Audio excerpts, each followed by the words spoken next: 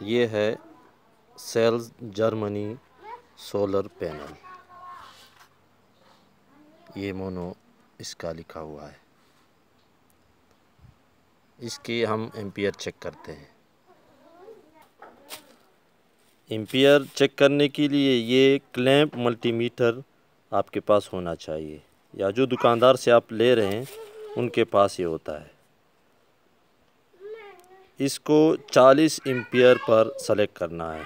Select करने का तरीका ये है, ये जो इसका वॉल्यूम है ये अब मैंने सेलेक्ट कर लिया है। अब चेक करने का तरीका मैं बताता हूँ।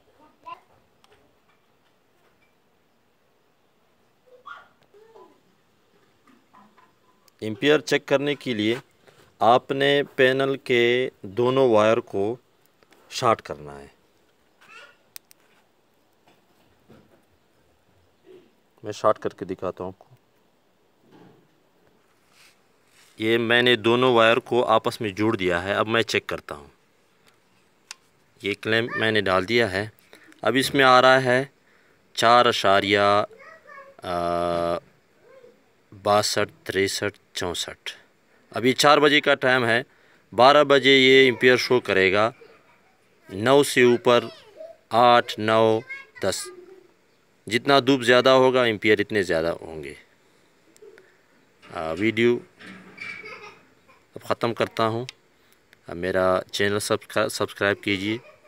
अल्लाह हाफ़िज़।